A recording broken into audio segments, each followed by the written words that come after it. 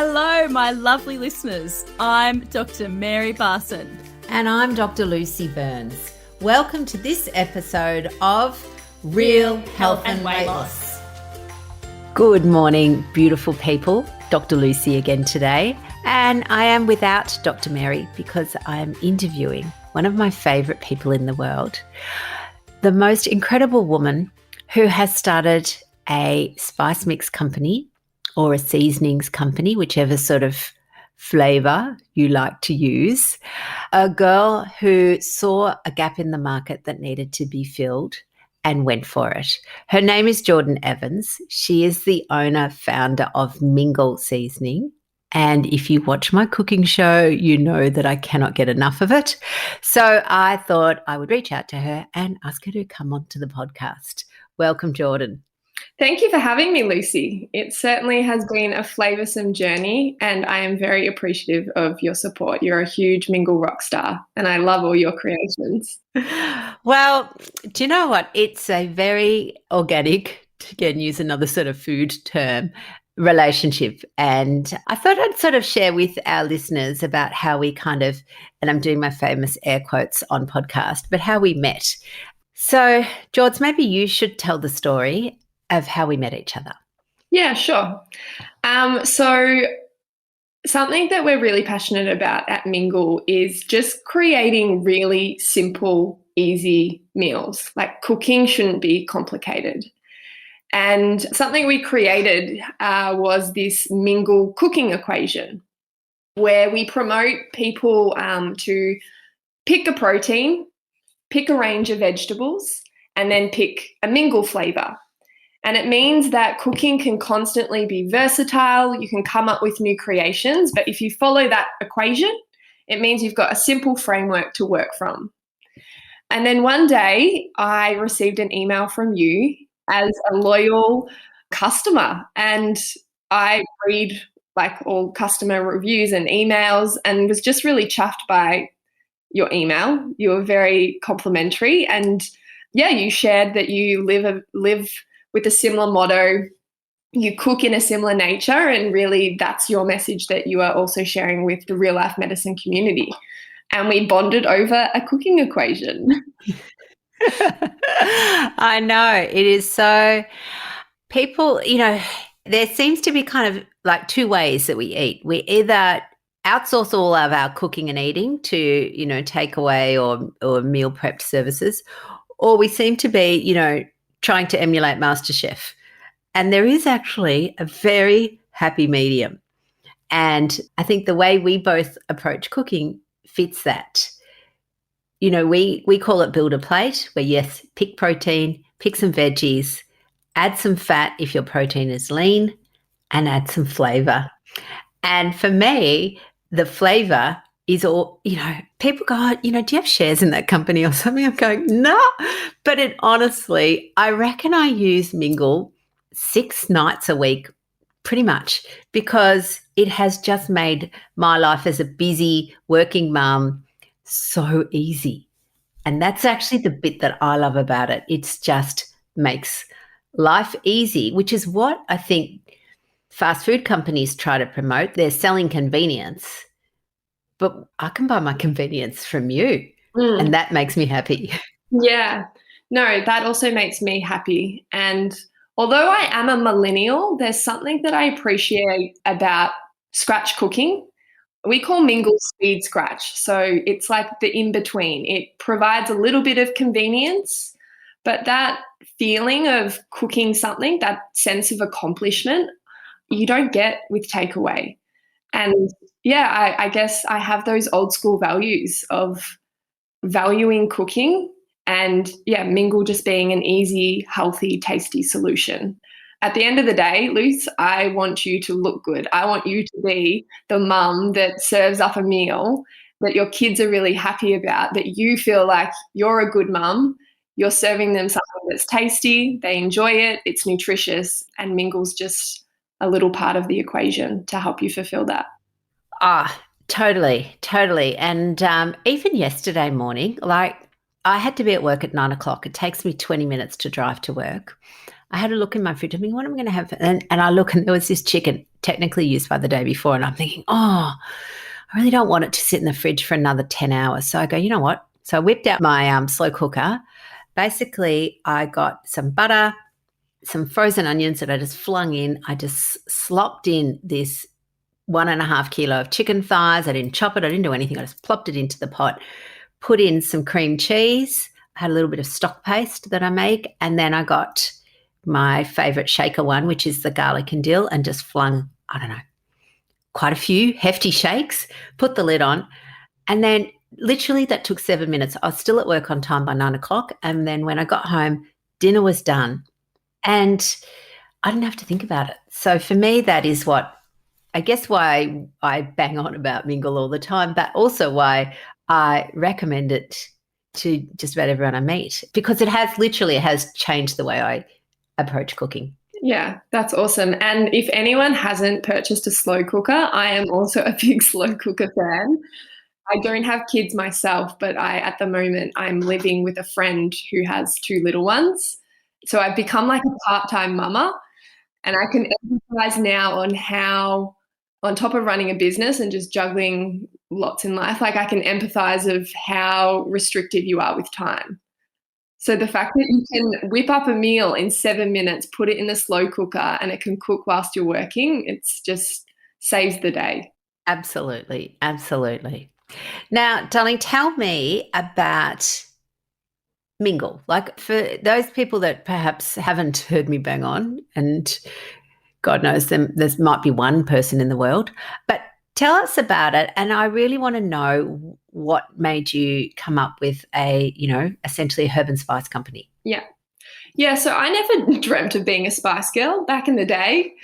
Running a spice business was never part of my ambitions. Running a business was. So I grew up in small business. My dad recently retired, but he owned a plumbing business, and also my grandpa was a plumber. So I always had desire to run my own business. I just needed an idea.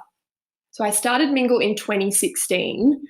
5 years ago, I was working for an FMCG drinks company, and the drinks company's name was Cappy.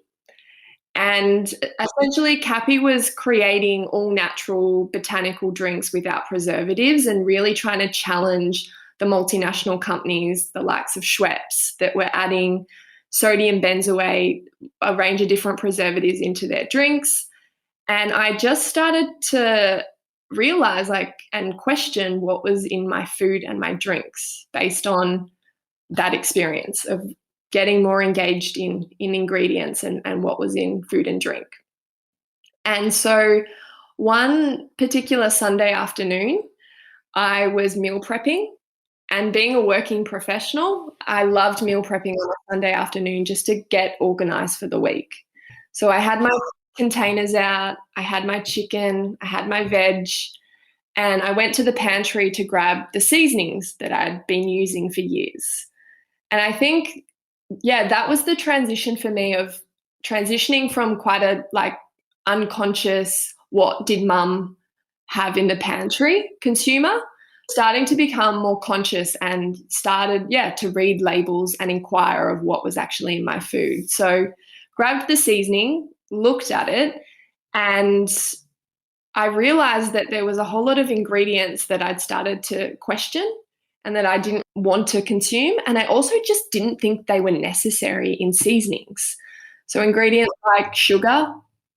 In the Moroccan seasoning that I had in the pantry, there was chicken flavor, there was vegetable oil, high amounts of salt, preservatives. So I chucked those seasonings out, and I went to the supermarket to try and find a better alternative.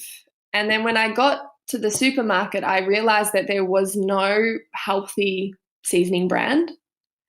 There was no innovation in that category in the supermarket. And it was at that point where, at 25, I didn't have a lot to lose. I sold my car, moved back home, and, my life savings into starting this business, really with the desire to create a healthy flavor brand that made and empowered people to cook and made them feel inspired to cook. Like in that moment when you can't be bothered, to know that you could make a meal or put something in the slow cooker in 7 minutes, like that just makes me so happy, because you're like, yeah, finding it within yourself to be like, it's worth it. And I'm really pushing people to be like, it's worth cooking. It's worth flavoring your food naturally. It's worth looking at what's in your food.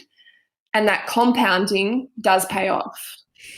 Oh, absolutely. And I think that part of what's happened is that, in particular, the sugar industry has snuck in by stealth, and sugar is in everything now. Stuff that doesn't need sugar in it, pasta sauces, mayonnaises, all the things that we would be not looking at expecting there to be sugar in it. And so our palate has been completely hijacked.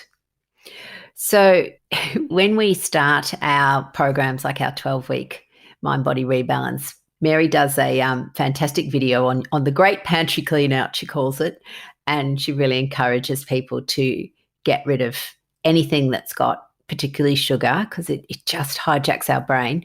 But other things with the inflammatory seed oils, they're our two biggest culprits, I guess.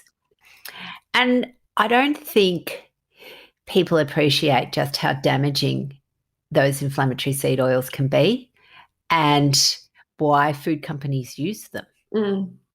I completely agree. I was lucky enough, once I quit my job, I was lucky enough to join a incubator program with Chobani Yogurt. And I don't know what your opinion is on dairy, but what I do like about that company and what I learned was they have this tagline of like, do things the right way, not the easy way. And I really, I think food manufacturers need to like run by that ethos. And that really set the tone of what I'm out to achieve with Mingle, and having integrity with our ingredients and with our products. Yeah.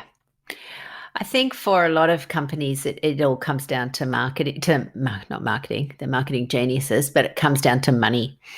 And they're not companies that are going out to poison Australians or make their lives terrible, but the bottom line is the bottom line, and our health is not in their equation. So if it makes it cheaper and quicker, they'll go for that. And also, I guess the third thing would be to prolong the shelf life of stuff, so that, when I was growing up, George, milk lasted like maximum of 2 days. It went sour all the time. Bread, literally, it did only last a day. It was stale by the next day. And now, bread there seems to be some bread that's like 2 weeks, can last 2 weeks. I think, what the hell is in that to make it last that long? And what is it doing to our body? Mm-hmm. Agreed. I also think just consumers are just wanting more. They're wanting a conversation with the brands that they interact with. I think they want to know the impact that companies are making. They want to know, what's your sustainability strategy? It's not just about selling product anymore. And I think that's the modern day way of looking at business is, how can you positively impact people? How can you have integrity with your products? And how you can do good in the world. Yes. And I guess that's what we would call a responsible corporation. I think there's probably still plenty out there that aren't.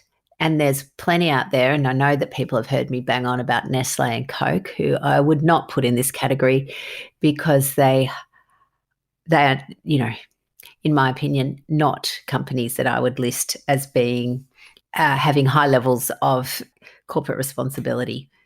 But they're here to stay. They're incredibly profitable. They dominate the world. And my only way I can have an opinion on or have any say is just to not buy their products.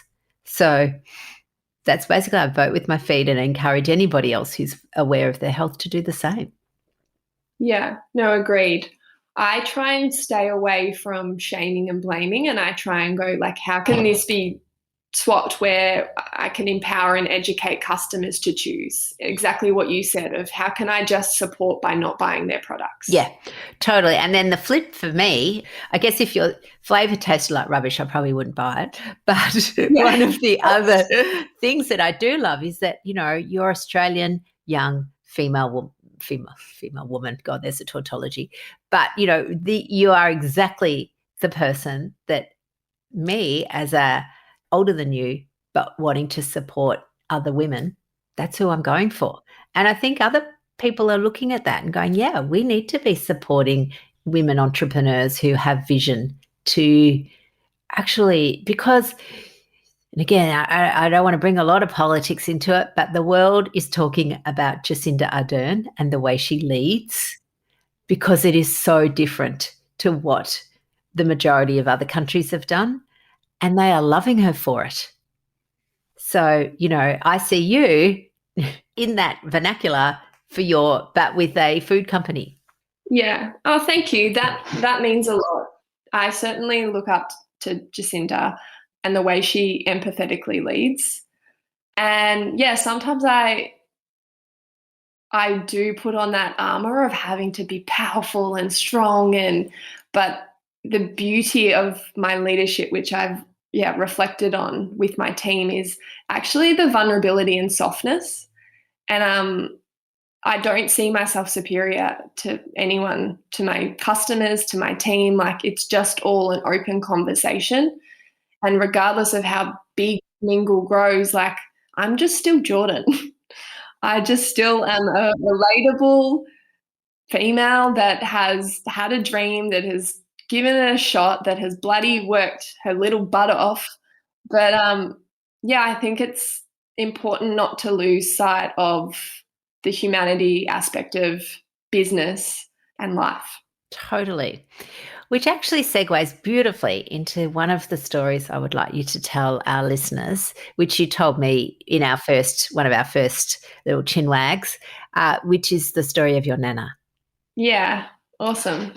So my nan, Fran, was a beautiful lady, and family, obviously I'm a big foodie and cooking means a lot, but I grew up gathering around the dinner table. So despite how busy Dad was, he would make it in time for dinner, and it was a place of connection every night of the week. And it's probably why I'm still so close to my family, because we'd turn the TV off, Mum would cook dinner, and that was her way of expressing love.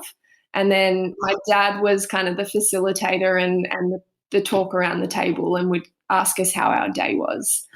But obviously, and you could empathize with this, of running a business and juggling all facets of life, you sometimes have to check yourself. And there was a moment, I think about 3 years into Mingle, where I became really disconnected from family and friends.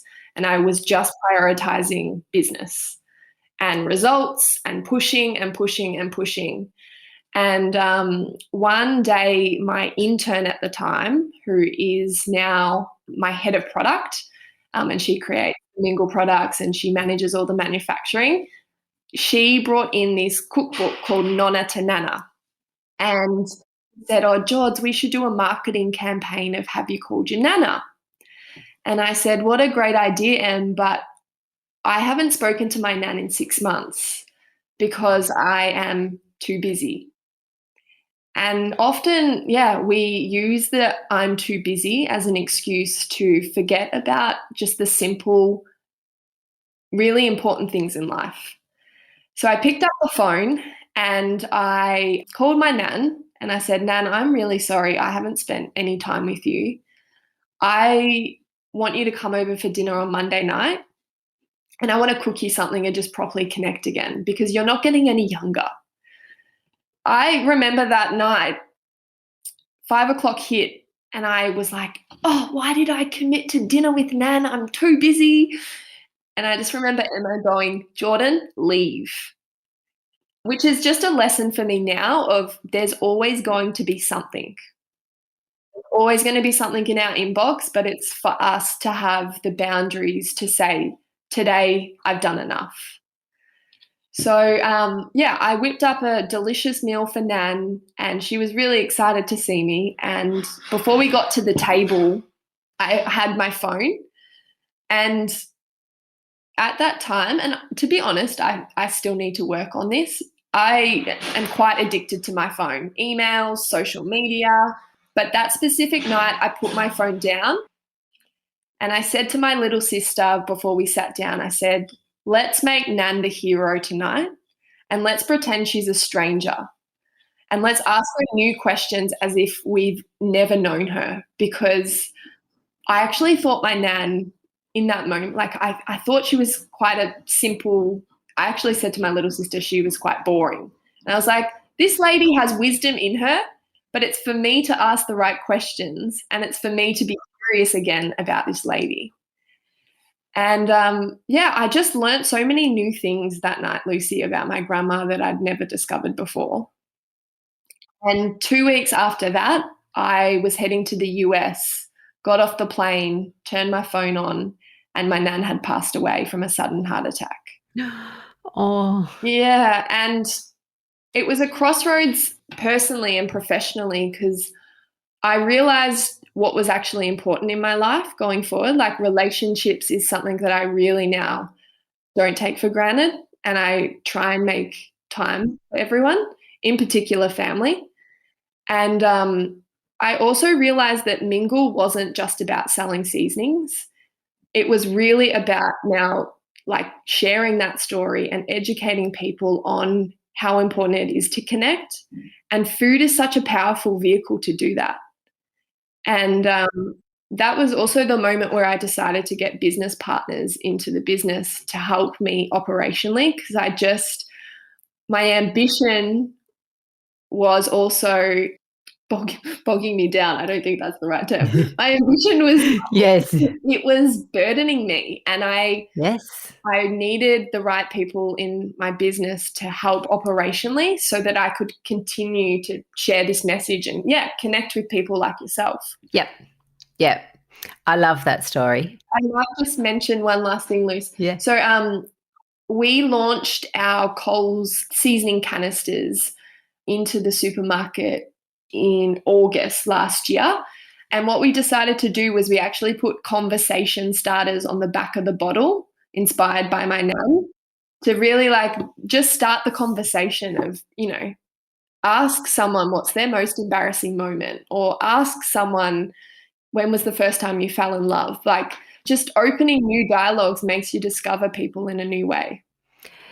Totally. And in fact, it's funny, as you saying that, I'm feeling a tiny bit guilty because our little household at the moment is a little disconnected. I live with my husband and our 2 teenagers. So the girls are coming and going a bit, and I spend a lot of time in my office in here, and my husband calls it the bunker. And he comes out and he goes, everyone's in their bunkers. Where are you all? And then they scurry out and they all eat. Everyone's eating at different times. And hilariously, the only time we actually sit down and have family dinner is when my daughter's boyfriend comes over. I don't know why we feel like we should do it then. So he comes over and we all gather around. And during COVID, when, Melbourne was locked down for so many weeks, he would come over and he'd be like the hero. We'd be so excited. Jack's coming over, and off we'd all gather around the table and I'd whip up some incredible dish in 7 minutes and everyone was happy. So yes, I think having teenagers makes it a bit trickier, but because they have different lives and whatnot. But yes, I think one of the things we might introduce is at least 1 or 2 nights a week where we sit down for family dinner. Yeah. And it's different for every family. I think since that experience happened to me and sharing this message, I think we have this opinion of like, oh, every family's like mine or everyone's like me. And I have realized, yeah, every family dynamic is different. I actually live with a friend and her 2 kids now and have seen, yeah, a whole new dynamic there. But I think the fundamental thing that I've seen there, and these 2 little kids have, gone through their parents separating, is we don't gather around the dinner table every night, but making dinner every night, whether it's, managing different schedules, making dinner every night. I've seen a difference in the kids of like, there's love on a plate. Cooking might be the vehicle, gathering around the table might be the vehicle. I do believe food is a vehicle for connection, however it looks for any household. Totally. And I guess the thing I would be sort of just cautioning our listeners in particular is, it always goes back to this, big marketing companies know this. So KFC ads are never somebody sitting in their car scoffing their KFC hoping no one notices. They're always the family, they're all laughing. There's the big bucket of fried chicken that they're all sharing and everyone's diving into the chips and they're all telling stories. So their story is that our food brings you together. It doesn't have to be junk food, as you now know. And in fact, once you ditch the junk food, the flavors of real food taste so much better. That's my favorite bit, that you can still bring your family together. You can have the real food. The art of cooking doesn't have to be MasterChef. Again, it's this thing, we're either doing MasterChef or we're buying KFC. There is this in between.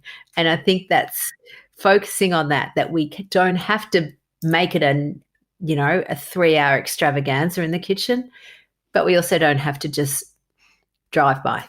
Yeah, no, completely agree. All of our meals, in particular the ones in the sachet, are whipped up within 30 minutes.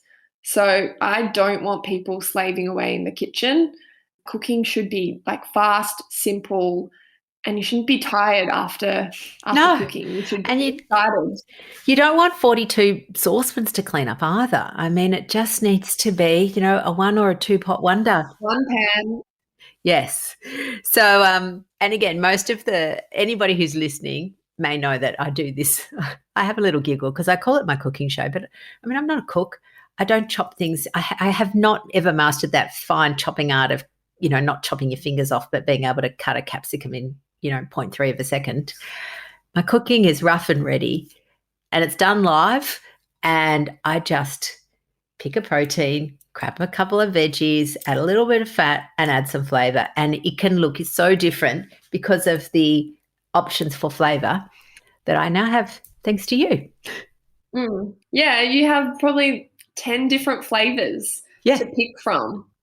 Yeah. What are your all-time top 3 favorites? Well, interestingly, they change from time to time. I mean, my all-time favorite is always the satay. That is definitely a go-to.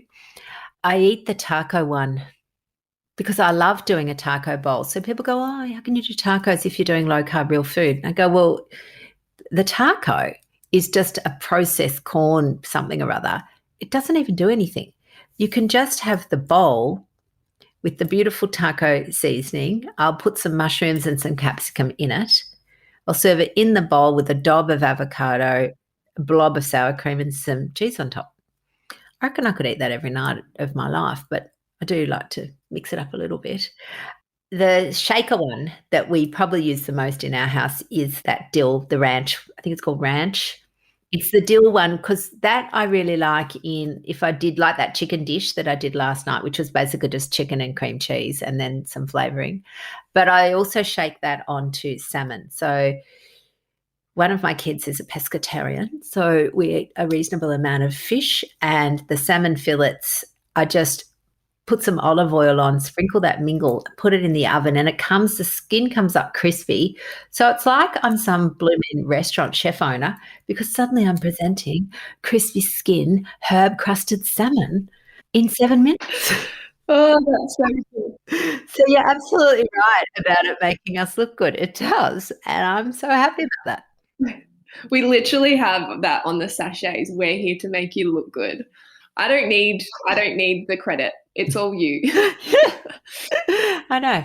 I should preface that so some of the flavors that Lucy has been mentioning, some of them are available on our website. So the garlic and dill is really only available in health food stores and mingleseasoning.com.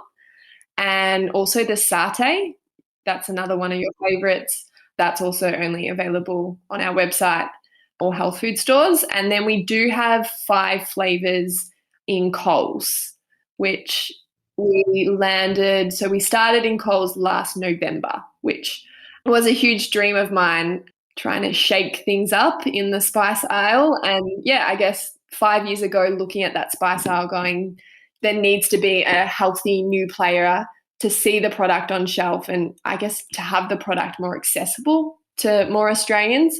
That's been super rewarding, but it is a bit of a pain when some of the kick-ass great flavors are also not on there. So we're trying our best to get more flavors, and we have a new flavor going into, I don't know if I should be saying this,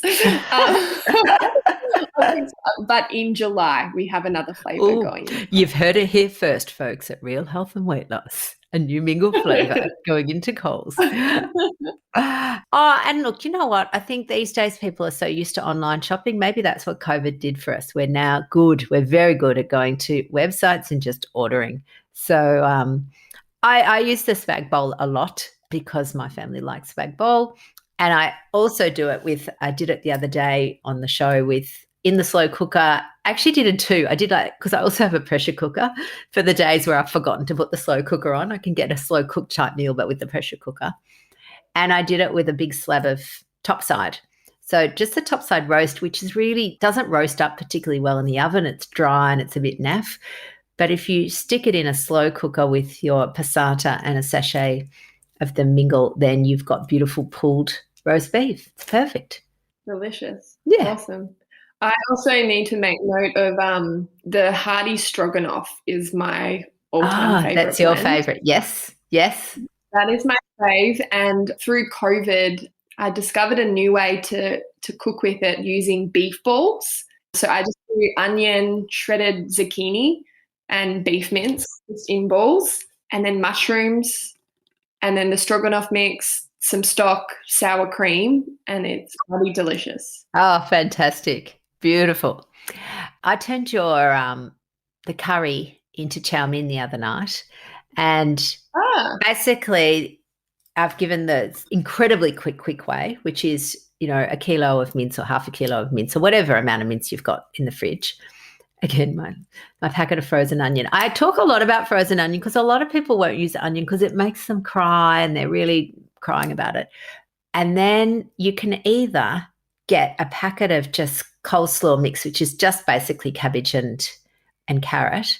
But on this occasion, I actually deigned to chop my own cabbage. That took about 20 seconds. Flung all that in. I cooked the meat first, put the curry powder in, put the cabbage on top. I think I had some mushrooms as well. Put the lid in, and when it's all cooked, stir sour cream through it, and it's like chow mein. It's bloody beautiful. It's amazing. I got to try that. I grew up with chow mein. Yeah. Yeah, probably you had the 2-minute noodle version because that's what everyone used in it the olden days. The good old Maggi. Yes. Maggi, Continental and Masterfoods, they have got a lot to answer for. But we don't need to go down that way because basically I just don't buy their products and I've got something else to buy instead. True that. Surely it's rewarding because I find it rewarding. I find it rewarding seeing your creations online. Surely it's rewarding watching your community and seeing the shift of their habits, behaviors, and them getting into cooking. Totally. So we run a few different communities within Real Life Medicine. We have just a Facebook group, which is called Low Carb Real Food. And that's a free membership. Well, it's not a membership. You just join. It's just a free Facebook group. So seeing people posting in that's fantastic. Because anyone who signs up to our 12-week programs, they're always gifted some Mingle. And so they're really keen to show us what they're doing. And then our membership, so Momentum it's called, for the people that have done the 12-week program but want to keep going on their journey and needing a little more support, which we love. We love the Momentum girls. And again, we just love sharing pictures of simple food.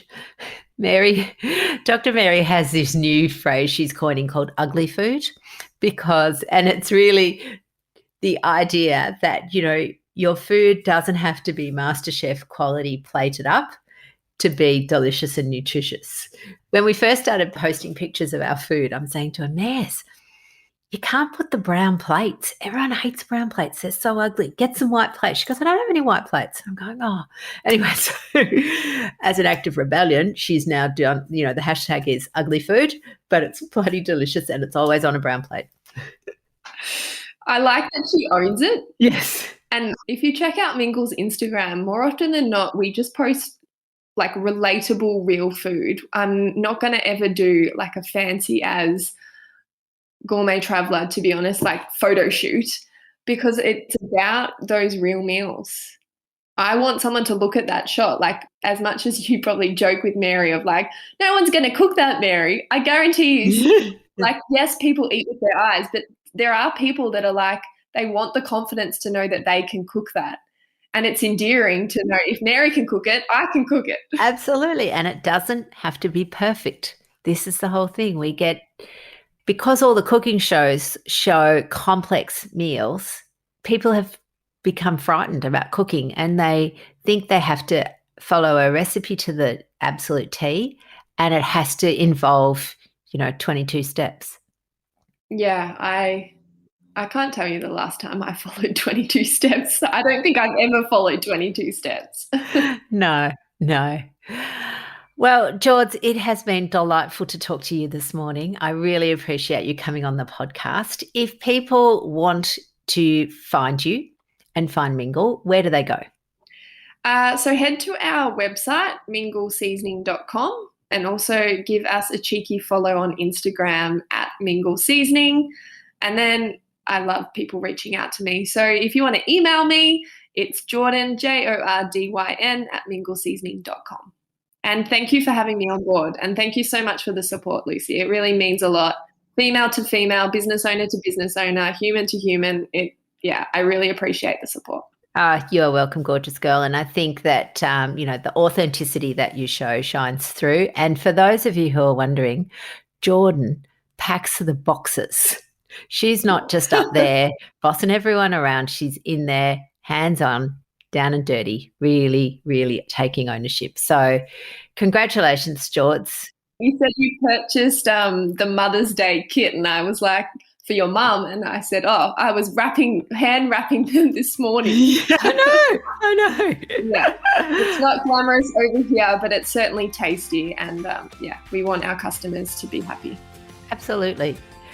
All right, lovely girl, have a wonderful day and I will talk to you at some stage in the future. Awesome. Thanks, Lucy. See ya.